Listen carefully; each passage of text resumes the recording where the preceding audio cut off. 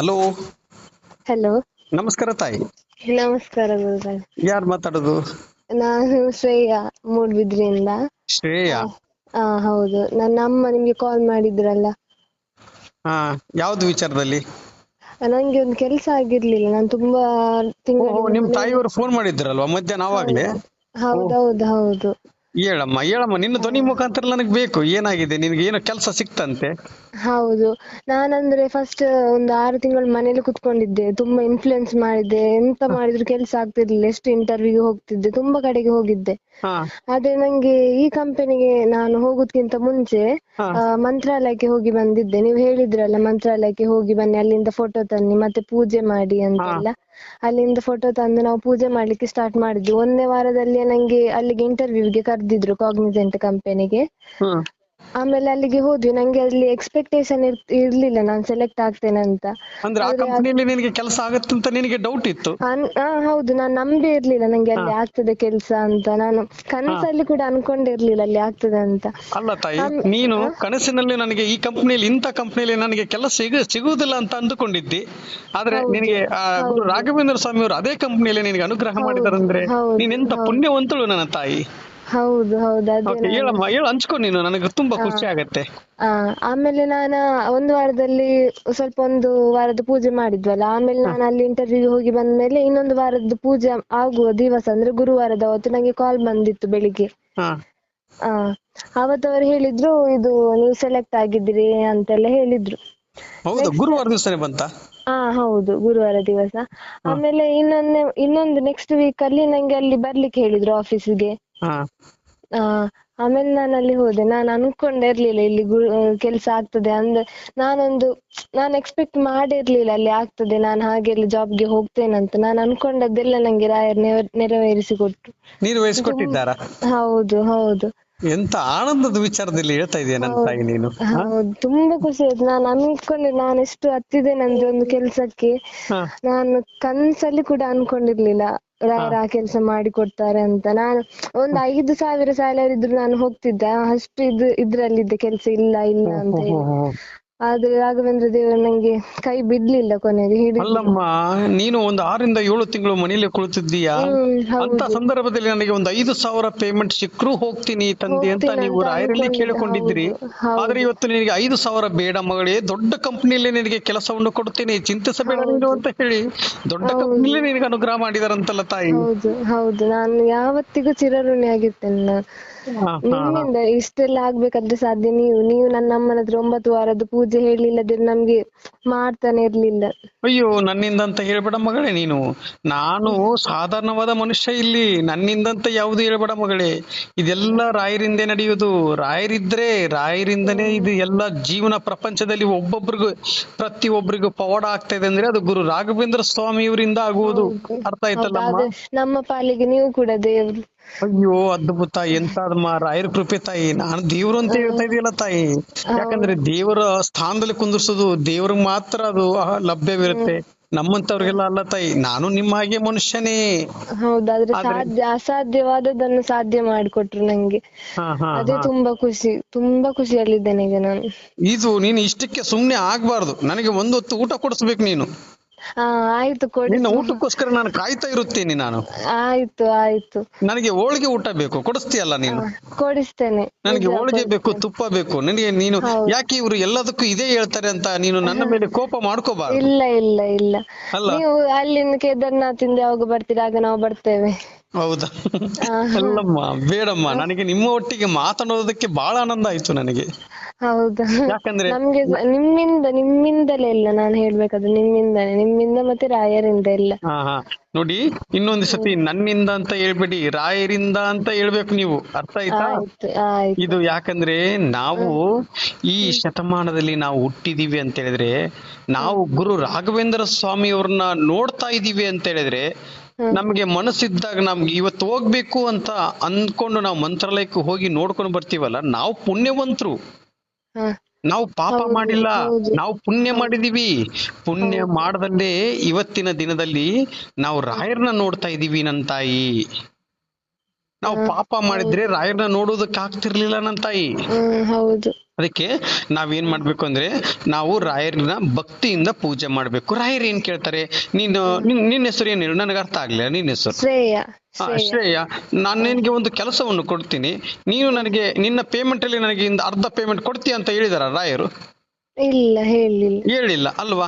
ರಾಯರು ಏನ್ ಕೇಳಿದ್ದಾರೆ, ಮಗಳೇ ನೀನು ಭಕ್ತಿಯಿಂದ ನಾನು ಪೂಜೆ ಮಾಡು, ನೀನ್ ಕೇಳಿದ್ದೆಲ್ಲ ನಾನು ಕೊಡ್ತೀನಿ ಮಗಳೇ ಅಂತ ಹೇಳಿದ್ದಾರೆ. ಹೌದು. ಮತ್ತೆ ನಂಗೆ ರಾಘವೇಂದ್ರ ದೇವರದ್ದು ಕನಸು ಬಿದ್ದಿತ್ತು, ಒಂದು ಅಂದ್ರೆ ಫೋಟೋ ಅಲ್ಲ, ಒಂದು ವಿಗ್ರಹ ರೀತಿ, ಅದಕ್ಕೆ ಅಭಿಷೇಕ ಮಾಡುದೆಲ್ಲ ಕನಸು ಬಿದ್ದಿತ್ತು ಮಂತ್ರಾಲಯಕ್ಕೆ ಹೋಗುದಕ್ಕಿಂತ ಮುಂಚೆ. ಹಾಗೆಲ್ಲ ಬಿದ್ದಿತ್ತು. ನಾನು ಹೇಳಿದ್ದೆ ದೇವ್ರ ಹತ್ರ ಅಲ್ಲಿ, ಇದು ನಂಗೆ ಕೆಲ್ಸ ಆದ್ಮೇಲೆ ನಾನ್ ನೆಕ್ಸ್ಟ್ ಮಂತ್ರಾಲಯಕ್ಕೆ ಬರುವಾಗ ನನ್ನ ಹಣದಲ್ಲಿ ನಾನ್ ತಗೊಳ್ತೇನೆ ಆ ಮೂರ್ತಿಯನ್ನ ಅಂತ. ಯಾವ ಮೂರ್ತಿಯನ್ನ? ಅದು ರಾಘವೇಂದ್ರ ದೇವರದ್ದು ಮೂರ್ತಿ, ಫೋಟೋ ಅಲ್ಲ, ಮೂರ್ತಿ ತರ ಒಂದು ಅಭಿಷೇಕ ಎಲ್ಲ ಮಾಡ್ತಾರೆ ಅದಕ್ಕೆ. ಹೌದು. ಅದು ನಂಗೆ ಕನಸಲ್ಲಿ ಬಂದಿತ್ತು. ಅದು ಕನಸಲ್ಲಿ ಬಂದಿತ್ತ? ಇವಾಗ ನೀನು ಫಸ್ಟ್ ಪೇಮೆಂಟ್ ಅಲ್ಲಿ ನೀನು ಅದನ್ನ ತಗೋಬೇಕು ಹಾಗಾದ್ರೆ, ಆಯ್ತಾ? ಹೌದು ನಾನ್ ತಗೊಳ್ತೇನೆ. ಅದನ್ನ ಫಸ್ಟ್ ಪೇಮೆಂಟ್ ಅಲ್ಲಿ, ನಿನ್ನ ಪೇಮೆಂಟ್ ಅಲ್ಲಿ ಅದು ನಿನಗೆ ನೆನಪಿನ ಕಾಣಿಕೆ. ಅದು ರಾಯರದ್ದು ಒಂದು ಮೂರ್ತಿ ನಿನ್ನ ಮನೆಗೆ ಬಂದಿದೆ ಅಂದ್ರೆ ಅದು ನಿನ್ಗೆ ತುಂಬಾ ಅದೃಷ್ಟ ಅದು. ಹೌದು, ನಾನು ಇನ್ನೊಮ್ಮೆ ಹೋಗುವಾಗ, ಈಗ ಈ ಮಂತ್ ಎಂಡ್ ಅಲ್ಲಿ, ಈ ನೆಕ್ಸ್ಟ್ ಮಂತ್ ಹೋಗ್ತೇನೆ, ಆಗ ನಾನು ತಗೊಂಡ್ ಬರ್ತೇನೆ. ಹೌದಾ? ಹೌದು, ಅದನ್ನ ತಗೊಂಡ್ ಬರ್ಬೇಕು. ಒಳ್ಳೇದಾಗ್ಲಿ. ಇನ್ನು ಹೆಚ್ಚಿನ ರೀತಿಯಾಗಿ ಶ್ರೇಯ ಅವರಿಗೆ ಏನಂದ್ರೆ, ಇದು ನಂಗೆ PG ಬೇಕಿತ್ತು. ನಾನು ತುಂಬಾ PG ಹುಡುಕ್ತಿದ್ದೆ, ನಂಗೆ ಆದ್ರೆ ಏಕಾದಶಿ ಅವತ್ತೇ ಇದು PG ಸಹ ಆಯ್ತು. PG ಏನು ಹುಡುಕ್ತಾ ಇದ್ದ? PG ಅಂದ್ರೆ ಅಲ್ಲಿ ಸ್ಟೇ ಆಗ್ಬೇಕಲ್ಲ ಕಂಪನಿ ಹತ್ರ. ಹೌದು. ಅದಕ್ಕೆ ಏಕಾದಶಿ ಅವತ್ತೇ ನಂಗೆ ಸಹ PG ಸಿಕ್ಕಿದ್ದು. ಹೌದಾ? ಅಯ್ಯೋ, ಹಾಗಾದ್ರೆ ಏಕಾದಶಿ ಟೈಮಲ್ಲಿ ಅಂದ್ರೆ ಮಗಳೇ ನೀನು ಬಹಳ ಹತ್ರವಾಗಿಬಿಟ್ಟಲ್ಲ ರಾಯರಿಗೆ. ಹಾಗಾದ್ರೆ ಹೌದು, ಏಕಾದಶಿ ಟೈಮಲ್ಲಿ ಸಿಕ್ತು ಅಂತ ಹೇಳ್ತಾ ಇದೀಯಾ? ನಂಗೆ ಕೆಲ್ಸಕ್ಕೆ ಇದು ಕಾಲ್ ಬರೋದ್ಕಿಂತ ಮುಂಚೆ ನಾನೊಂದು ಏಕಾದಶಿ ಕೂಡ ಹಿಡಿದಿದ್ದೆ. ಅದ್ರ ಮರು ದಿವಸನೇ ಹಿಂಗೆ ಕಾಲ್ ಬಂದಿದೆ ನಂಗೆ. ಅಂದ್ರೆ ನಿನಗೆ 2 ಪೌಡ್ ಆಯ್ತಲ್ಲ ನನ್ ತಾಯಿ.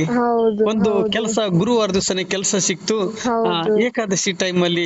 ಮತ್ತೆ ನಿನಗೆ ಅವತ್ತು PG ಬೇಕಾಗಿತ್ತು, ಕೆಲಸದ ಕಂಪ್ನಿ ಹತ್ರ ಆಗ್ಬೇಕಲ್ಲ, ಅದೇ ಪಕ್ಕದಲ್ಲಿ ನಿನಗೆ ಏಕಾದಶಿ ಟೈಮ್ ಅಲ್ಲಿ ಒಂದು PG ಸಿಕ್ತು.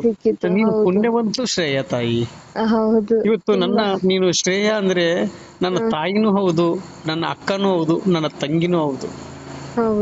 ನೀನು ನನ್ನ ಕುಟುಂಬದಳು. ನನ್ಗೆ ಅಣ್ಣನಾಗಿ ನಾನು ಸ್ವೀಕರಿಸ್ಕೊಂತೀಯ ನೀನು? ಸ್ವೀಕರಿಸ್ತೇನೆ. ಆಯ್ತು. ನನ್ನ ತಂಗಿಗೆ ಒಳ್ಳೇದಾಗ್ಲಿ ಅಂತೇಳಿ ಇವತ್ತು ನಾನು ಗುರು ರಾಘವೇಂದ್ರ ಸ್ವಾಮಿಯವರ ಪಾದವನ್ನು ಹಿಡಿದು ನಾನು ಕೇಳ್ತಾ ಇದ್ದೀನಿ. ನನ್ನ ತಂಗಿ ಮುಟ್ಟಿದ್ದೆಲ್ಲ ಚಿನ್ನ ಆಗ್ಲಿ ಅಂತ ನಾನು ದೇವರಲ್ಲಿ ಕೇಳ್ಕೊಳ್ತಾ ಇರ್ತೀನಿ ತಾಯಿ. ಧನ್ಯವಾದ ಗುರುಗಳೇ. ನಿನಗೆ ನೆಕ್ಸ್ಟ್ ನಿನಗೆ ಇನ್ನೂ ಹೆಚ್ಚಿನ ರೀತಿಯಾಗಿ ಇವತ್ತು ನಿನಗೆ ಕೆಲಸ ಸಿಕ್ತು, ಇರ್ಲಿ, ನನಗೆ ಬಹಳ ಖುಷಿ ಆಯ್ತು. ಆದ್ರೆ ನಿನಗೆ ಹೆಚ್ಚು ಪ್ರಮೋಷನ್ ಆದ್ಮೇಲೆ ನನಗೆ ಒಂದು ಊಟ ಕೊಡಿಸ್ಬೇಕು ನೀನು. ಕೊಡಿಸ್ತೇನೆ ಗುರುಗಳೇ, ಅದಕ್ಕೆ ಕೊಡಿಸ್ತೇನೆ. ನಾನು ನಿಮ್ಮೊಟ್ಟಿಗೆ ಮಾತಾಡಿದ್ನಲ್ಲ, ನಿಮ್ಮ ಲ್ಯಾಂಗ್ವೇಜ್ ಅಲ್ಲಿ ಮಾತಾಡಿದ್ನಲ್ಲ, ನಿನಗೆ ಇಷ್ಟ ಆಯ್ತಾ ಇದು? ಇಷ್ಟ ಆಯ್ತು. ಕರೆಕ್ಟ್ ಆಗಿ ಮಾತಾಡ್ತಾ ಇದ್ದೀನಾ? ಹೌದು, ನಮ್ಮ ತರಾನೇ ಮಾತಾಡ್ತೀನಿ. ಸೇಮ್ ನಿಮ್ಮ ತರಾನೇ ಆಯ್ತಾ? ನಮ್ಮ ಕನ್ನಡ. ನಿಮ್ಮ ಕನ್ನಡ ಅಂದ್ರೆ ನಾನು ನಿಮ್ಮೂರಿಗೆ ನಾನು ಬಂದಿಲ್ಲ, ನಾನು ಇದೇ ಫಸ್ಟ್ ಟೈಮ್ ಈ ತರದಲ್ಲಿ ಮಾತಾಡೋದು. ಹೌದಾ? ಹೌದು. ಧನ್ಯವಾದ ಗುರುಗಳೇ. ಒಳ್ಳೇದಾಗ್ಲಿ. ನಿಮ್ಮ ಊರು ನಾನು ಬರ್ತೇನೆ, ಒಂದು ಸತಿ ನಿಮ್ಮ ಊರಿಗೆ ಬರ್ತೇನೆ. ಬನ್ನಿ, ಬಂದಾಗ ಹೇಳಿ. ನಿಮ್ಮ ಊರಿಗೆ ಬಂದು ನಿಮ್ಮ ನೆಕ್ಸ್ಟ್ ನಿನ್ನ ಮದುವೆಗೆ ಬರ್ತೀನಿ. ನಿನ್ನ ಮದುವೆಗೆ ನನ್ನ ಕರಿಬೇಕು. ಆಯ್ತು, ಕರಿತೇನೆ. ನಿಮ್ಮನ್ನು ಕರೆಯೋದು ಇನ್ನು ಜೀವನವೇ ಇಲ್ಲ ನಮ್ಗೆ. ನಿನ್ನ ಮದುವೆಗೆ ಬಂದು ನಿನ್ನ ಮದುವೆಯಲ್ಲಿ ಊಟ ಮಾಡಿ ಬರುತ್ತೇನೆ, ಆಯ್ತಾ? ಆಯ್ತು. ಒಳ್ಳೇದಾಗ್ಲಿ. ನಿನ್ಗೆ ಇನ್ನು ಹೆಚ್ಚಿನ ರೀತಿಯಾಗಿ ಒಳ್ಳೆ ಜಾಬ್ ಅಲ್ಲಿ ಒಂದು ಪ್ರಮೋಷನ್ ಸಿಗ್ಲಿ ಅಂತೇಳಿ ರಾಯರ್ ಪಾದವನ್ನು ಹಿಡಿದು ನಾನು ಕೇಳ್ತಾ ಇದ್ದೀನಿ ಕಂದ. ಚಿಂತಿಸಬೇಡ, ತಾಯಿ ಹತ್ರ ಮಾತಾಡುತ್ತೇನೆ. ಆಯ್ತು. ಹಲೋ ಗುರುಗಳೇ. ಅಮ್ಮ, ನಾನು ನಿಮ್ಮ ಊರು ಭಾಷೆ ಮಾತಾಡಿದೆ, ನನಗೆ ಬಹಳ ಆನಂದವಾಯ್ತು. ನಮ್ದು ಭಾಷೆ ಬೇರೆ, ನಿಮ್ದು ಭಾಷೆ ಬೇರೆ. ನನಗೆ ಕನ್ನಡ ಮಾತಾಡ್ಲಿಕ್ಕೆ ಆಗುದಿಲ್ಲ. ಅಲ್ಲ, ಇವಾಗ ನೀವು ನಾನು ಮಾತಾಡ್ತಾ ಇದ್ದೀನಿಲ್ಲ ಕನ್ನಡ, ಇದು ಕರೆಕ್ಟ್ ಆಗಿದೆ ಅಲ್ವಾ? ನಿಮ್ದು ಕರೆಕ್ಟ್ ಇದೆ, ನನ್ಗೆ ಸರಿ ಆಗುದಿಲ್ಲ. ಹೌದಾ? ನೋಡಿ, ಎಲ್ಲಾದರೂ ಇರು, ಎಂತಾದರೂ ಇರು, ಎಂದೆಂದಿಗೂ ಕನ್ನಡನವಾಗಿರುವಂತ ಎಷ್ಟು ಅದ್ಭುತವಾಗಿ. ನಿಮ್ಗೆ ತುಳು ಬರ್ತದ ಗುರುಗಳೇ? ಇಲ್ಲ, ಬರಲ್ಲ ತಾಯಿ. ಯಾಕೆ? ನನಗೆ ಅರ್ಥ ಆಗುತ್ತೆ, ಆದ್ರೆ ಮಾತಾಡಕ್ಕೆ ಬರಲ್ಲ. ನಿಮ್ದು ಊರು? ನಮ್ದು ಊರು ಬ್ಯಾಂಗ್ಳೂರಮ್ಮ. ಬ್ಯಾಂಗ್ಳೂರಲ್ಲಿ. ಈಗ ಎಲ್ಲಿದ್ದೀರಿ ನೀವು? ಇವಾಗ ನಾನು ಬೀದರ್ ಹತ್ರ ಹೋಗ್ತಾ ಇದ್ದೀನಿ ನನ್ನ ತಾಯಿ. ಹೌದೇ ಗುರುಗಳ? ಬೀದರ್ ಹತ್ರ. ಒಬ್ರೇ ಯಾತ್ರೆ ಹೋಗುದ? ಹೌದು, ನಾನೊಬ್ರೆ. ಯಾಕಂದ್ರೆ 4-5 ತಿಂಗಳು ಯಾರು ಬರ್ತಾರೆ ನನ್ನ ಜೊತೆ? ಯಾಕಂದ್ರೆ ಅವ್ರಿಗೂ ಫ್ಯಾಮಿಲಿ ಇದೆಲ್ಲ ತಾಯಿ, ಗಂಡ ಹೆಂಡತಿ ತಂದೆ ತಾಯಿ ಈ ತರದಲ್ಲಿ ಸಂಸಾರದಲ್ಲಿ ಇರ್ತಾರೆ. ಈಗ ನಮ್ಗೆ ಯಾರು ಇಲ್ಲ, ನಾವು ಹೊರಡ್ತಾ ಇರ್ತೀವಿ. ಹಾ ಯಾರು ನನಗೆ ಇಲ್ಲ ಗುರುಗಳೇ. ನನಗೆ ನೀವೇ ನನ್ನ ತಾಯಿ. ನೀವೇ ಇವಾಗ ನನಗೆ ಆರೋಗ್ಯದ ಬಗ್ಗೆ ವಿಚಾರಿಸ್ತೀರಲ್ಲ, ಊಟ ಮಾಡಿದ್ರ, ಎಲ್ಲಿದ್ದೀರಾ, ಚೆನ್ನಾಗಿ ಹೋಗ್ತಾ ಇದ್ದೀರಾ ಅಂತ ವಿಚಾರಿಸ್ತಿರಲ್ಲ, ಅಷ್ಟೇ ನನಗೆ ಸಾಕು. ಹೌದು ಗುರುಗಳೇ, ನಾನು ಕಾಲ್ ಮಾಡ್ತೀನಿ ಗುರುಗಳೇ. ನೀವು ಮಾಡಿ. ನನ್ನ ತಾಯಿನೇ ನನಗೆ ಫೋನ್ ಮಾಡಿದ್ರೆ ಅಂತ ನನಗೆ ಬಹಳ ಆನಂದವಾಗುತ್ತೆ. ಹಾ ಆಯ್ತು, ನಿಮ್ಮ ಹತ್ರ ಮಾತಾಡಿದ ಖುಷಿ ಆಯ್ತು. ನನಗೂ ತುಂಬಾ ಖುಷಿ ಆಯ್ತು. ಕೆಲಸ ಇನ್ನೂ ಇವತ್ತು ನನ್ನ ಧ್ವನಿ ನಿಮ್ಗೆ ಸಲ್ಲಿದೆ. ನೆಕ್ಸ್ಟ್ ನೀವು ನನಗೆ ಫೋನ್ ಮಾಡಿ, ನನ್ನ ಮಗಳಿಗೆ ಪ್ರಮೋಷನ್ ಆಯ್ತು ಅಂತ ನೀವು ನನಗೆ ಕರೆ ಮಾಡ್ತೀರಾ ಹಾ ಆಯ್ತು ಗುರುಗಳೇ, ಆಯ್ತು ಅಲ್ವಾ? ಆಯ್ತು. ಇದನ್ನ ನೋಡುವಂತವ್ರು ಎಷ್ಟೋ ಜನಗಳು ಇವತ್ತು ಈ ರೆಕಾರ್ಡ್ ಅನ್ನು ಕೇಳ್ತಾರೆ. ಅವ್ರು ಕೇಳಿದ್ಮೇಲೆ ನನಗೆ ಎಲ್ಲಾ ನನ್ನ ಸ್ನೇಹಿತರು, ನನ್ನ ಅಣ್ಣ ತಮ್ಮಂದಿರು ರಾಯರಿದ್ದಾರೆ ಅಂತ ಕಮೆಂಟ್ ಮಾಡ್ಬೇಕು. ಅವಾಗ್ಲೇ ನನಗೆ ಬಹಳ ಆನಂದವಾಗುತ್ತೆ. ಯಾರಿದ್ದಾರೆ ಗುರುಗಳೇ? ಹೌದು ತುಂಬಾ ತಾಯಿ, ಖುಷಿ ಆಯ್ತು. ಹೌದು ತಾಯಿ, ನನಗೆ ಬಹಳ ಖುಷಿ ಆಯ್ತು. ಇನ್ನು ಹೆಚ್ಚಿನ ರೀತಿಯಾಗಿ ಒಳ್ಳೇದಾಗ್ಲಿ ಅಂತೇಳಿ ಗುರು ರಾಘವೇಂದ್ರ ಸ್ವಾಮಿಯವರ ಪಾದವನ್ನು ಹಿಡಿದು ನಾನು ಕೇಳ್ತಾ ಇದ್ದೀನಿ. ಆಯ್ತು ಒಳ್ಳೇದಾಗ್ಲಿ ನನ್ನ ತಾಯಿ. ಮತ್ತೆ ನಿಮ್ಗೆ ಸಂಪರ್ಕ ಮಾಡ್ತೀನಿ. ನಾನು ಆಯ್ತು ಕೇದಾರ್ನಾಥ ಮುಟ್ಟುದ್ರೊಳಗಡೆ ಇನ್ನೂ 3 ತಿಂಗಳಾಗುತ್ತೆ. ಅದರಲ್ಲಿ ಇನ್ನೂ ಒಂದು ಪವಾಡ ನಿಮ್ಮ ಒಟ್ಟಿಗೆ, ನಿಮ್ಮ ಧ್ವನಿ ಮುಖಾಂತರ ನನಗೆ ಪವಾಡ ಆಗಿದೆ ಅಂತ ನನಗೆ ಬರಬೇಕು ನನ್ನ ತಾಯಿ. ಹೌದು ಗುರುಗಳೇ. ಓಕೆನಮ್ಮ? ಹಾ ಆಯ್ತು. ಓಕೆ ಅಮ್ಮ, ಒಳ್ಳೇದಾಗ್ಲಿ. ನಾನು ಆದಷ್ಟು ಬೇಗ ನಿಮ್ಮ ಊರಿಗೆ ಬರ್ತೀನಿ ಅಮ್ಮ. ಆಯ್ತು ಆಯ್ತು, ನಮ್ಮೂರಿಗೆ ಬನ್ನಿ. ಮಗಳ ಮದ್ವೆಗೆ ಕರೆಯುವ. ಮಗಳ ಮದ್ವೆಗೆ ನನ್ನನ್ನು ಮರಿಬಾರ್ದು, ನೀನು ಹೇಳ್ತಾ ಇದ್ದೀನಿ. ಇಲ್ಲ ಇಲ್ಲ, ನಾ ಮಾತನ್ನು ಮರೆಯುವುದಿಲ್ಲ. ಕೊಟ್ಟಿದ್ಯಾ ತಾಯಿ? ಮಗಳ ಮದ್ವೆಗೆ ಕರಿತೀನಿ ಅಂತ ಹೇಳಿದ್ಯಾ? ನಾನು ಮದ್ವೆ ಬಂದೇ ಬರ್ತೀನಿ. ಬರುದು ಬಿಡುದು ನನ್ನ ಸೆಕೆಂಡ್ರಿ. ನೀ ಕರೆಯೋದು ನಿಂದು ಧರ್ಮ ಅದು. ಹೌದೌದು, ನಿಮ್ಮನ್ನು ಕರಿಬೇಕು. ಮರಿಲಿಕ್ಕಿಲ್ಲ ಗುರುಗಳೇ. ಅಲ್ವಾ? ಹೌದು ಮತ್ತೆ. ಒಳ್ಳೇದಾಗ್ಲಿ ತಾಯಿ. ನನಗೆ ಯಾಕಂದ್ರೆ ಹಾ. ಎಲ್ಲಾ ಭಾಷೆಯನ್ನು ಮಾತಾಡಬೇಕು ನನ್ನ ತಾಯಿ. ಹೌದಾ? ಕಲಿಯೋದ್ರಲ್ಲಿ ಏನು ತಪ್ಪಿಲ್ಲ. ನಾವು ಕಲಿಬೇಕು. ತುಳು ಮಾತಾಡುದು, ಆದರೆ ಕನ್ನಡ ಮಾತಾಡುವಾಗ ಸರಿ ಆಗುದಿಲ್ಲ. ಹೌದಾ? ಇವಾಗ ನೋಡಿ, ನನ್ಗೆ ಒಂದೊಂದು ಲ್ಯಾಂಗ್ವೇಜ್ ಅಲ್ಲ, ಎಲ್ಲಾ ಲ್ಯಾಂಗ್ವೇಜು ಬರುತ್ತೆ. ನಾನು ಹಿಂದಿ ಮಾತಾಡ್ತೀನಿ, ಇಂಗ್ಲಿಷ್ ಮಾತಾಡ್ತೀನಿ, ತೆಲುಗು ಮಾತಾಡ್ತೀನಿ. ಆದ್ರೆ ಇವಾಗ ನೋಡಿ, ಕನ್ನಡ ಆದ್ರೆ ಕನ್ನಡದಲ್ಲೇ ನಾನಾ ರೀತಿ ಆಗಿದೆ ತಾಯಿ. ಅಂದ್ರೆ ಬೆಂಗಳೂರು ಬೇರೆ, ತುಳು ಬೇರೆ. ನಿಮ್ಮ ಉತ್ತರ ಕರ್ನಾಟಕ ಇದ್ರಲ್ಲಿ ಯಾವ್ದು ನಿಮ್ ಮಂಗಳೂರು. ಮಂಗಳೂರಾ? ಅದೇ, ಯಾಕಂದ್ರೆ ರಾಗವನ್ನು ಎಳಿತೀರಾ ನೀವು. ಆದ್ರೆ ಎಲ್ಲಾದ್ರಲ್ಲೂ ಕಲಿಯೋದ್ರಲ್ಲಿ ಏನು ತಪ್ಪಿಲ್ಲ ತಾಯಿ. ಹೌದು ಆದ್ರೆ ಕನ್ನಡವನ್ನು ಮಾತ್ರ ಬಿಟ್ಕೊಡ್ಬಾರ್ದು. ಯಾಕಂದ್ರೆ ನಾವು ಕನ್ನಡ ನಾಡಿನಲ್ಲಿ ಹುಟ್ಟಿ ಈ ಮಣ್ಣಿನಲ್ಲಿ ನಾವು ಎಷ್ಟೋ ಸಂಸಾರ ಊಟ ಮಾಡಿ ಎಷ್ಟೋ ಅದ್ಭುತವಾಗಿ ಮಾಡಿದೀವಲ್ಲ ತಾಯಿ. ಸಂಸಾರ ಮಾಡ್ಕೊಂಡು ಎಷ್ಟೋ ಜನಗಳಿಗೆ ಅನ್ನದಾತರಾಗಿ ನಾವು ನಿಂತ್ಕೊಂಡಿದೀವಿ. ಕನ್ನಡದವರು ಎಲ್ಲಾ ಕಡೆದವ್ರನ್ನು ಕರೆದುಕೊಂಡು ಸ್ವೀಕರಿಸ್ಕೊಂತಾವಿ ನಾವು. ಹೌದು ಗುರು. ಇವತ್ತು ಎಲ್ಲೋ ಬೇರೆ ಬೇರೆ ಕಂಟ್ರಿಯವರೆಲ್ಲ ಬಂದಿದ್ದಾರೆ ನಮ್ಮ ಕನ್ನಡದಲ್ಲಿ, ಬೆಂಗಳೂರಲ್ಲಿ ಅಲ್ವಾ? ಹೌದೌದು.